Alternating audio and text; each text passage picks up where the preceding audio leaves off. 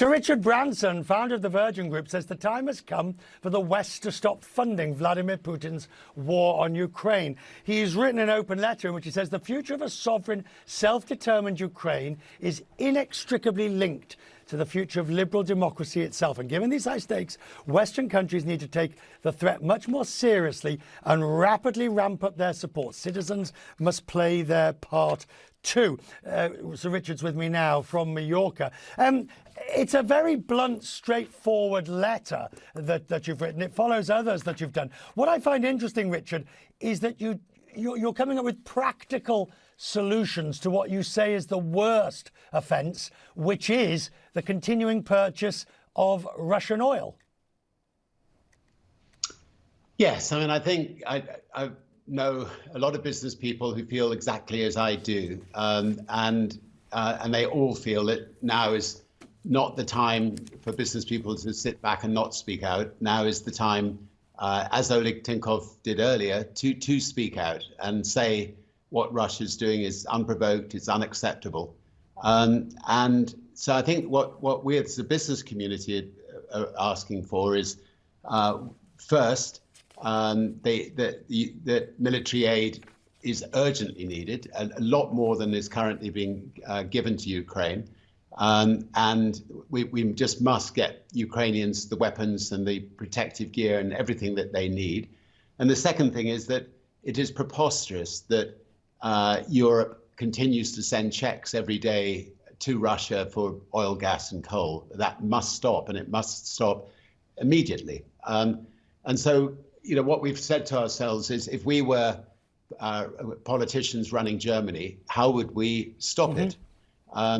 And the kinds of answers we've come up with is, you know, for instance, if all IEA countries could just drop the speed limit by 10 miles an hour, that would be more barrels than Germany and other European countries import from Russia overnight saved, and therefore, you know, without any disadvantage, you know, Germany could just stop buying oil. So obviously the idea of cutting the speed limit, turning down thermostats, switching down air conditioning, all these sort of things will have an incremental effect. But when the German Chancellor says, look, it will have a very bad effect on the German economy, and thereby the rest of Europe will suffer even more than it's suffering at the moment because of the war, do you not cut some slack to give them time to cut back by the end of the year? Look, I'm an entrepreneur, I'm a businessman, I've been 55 years in business. What I know is that if you could do what the IEA says and take 2.7 million barrels a day out of the oil market, what is going to happen is countries that are importing oil from Germany need not import it anymore, because there'll be plenty of oil around. The price of oil will collapse. That will bring down inflation, and every single Western country will benefit. And you know, there are simple measures to answer what Russia's doing by the West, and it's not painful. I mean, like, you know, during COVID we couldn't drive a car at all. Asking us to drive a truck or a car at 10 miles an hour less speed is not a big ask. It's not going to affect our lives massively.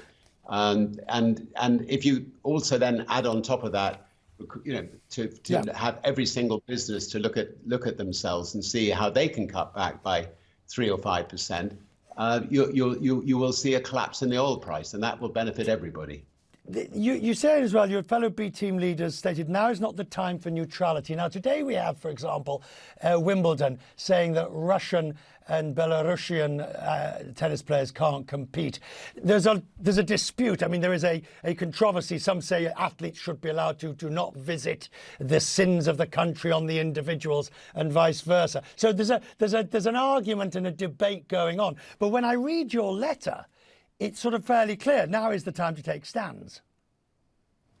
Yeah, look, I'm friends with some of those players who are going to be stopped from playing at Wimbledon. But I'm also friends of doctors, nurses, receptionists who are picking up guns in Ukraine and having to fight for their country. And you know that is far bigger cross to bear than a tennis player being told that they can't play at Wimbledon. And so I think we've got to be black and white on this. By the way, Oleg Tinkov, I just heard what the statement he's put out. I know him personally. By the way, he's not an oligarch. He was a self-made Russian who built a really successful bank in Russia, and it's very incredibly brave. The statement that he's put out tonight, and there are a lot of other Russian business people that I know who feel equally strongly that that this war must stop and that Putin must stop what he's embarked upon. What do you say, finally, Richard, what do you say? Today, for example, Vladimir Putin's saber rattled with a new intercontinental ballistic missile, which had been in the works for a long time, but he chose to mention it today.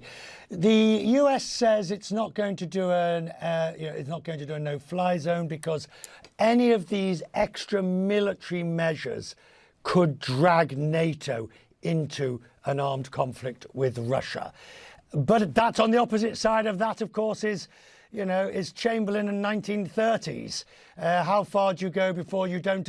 How far do you appease before you say no and no further? Where do you think we stand on this now? Where we as business leaders stand is to say, give the Ukrainians billions of dollars worth of weapons, anti-aircraft weapons, anti-tank weapons. Protective gear for their citizens to wear when they go to war, and they will win this war for us all. And I think that the West have made it clear they're not going to get involved in a no-fly zone. So I think we'll forget that one. But don't talk about we're going to put another 900 million. Make sure that every single weapon that Ukraine needs is given to them. And where people have pledged weapons, like Germany, they've got to hurry up and actually deliver on their pledges. They're being frighteningly slow, and the Ukrainians need those weapons today, not in a month's time or 2 months' time.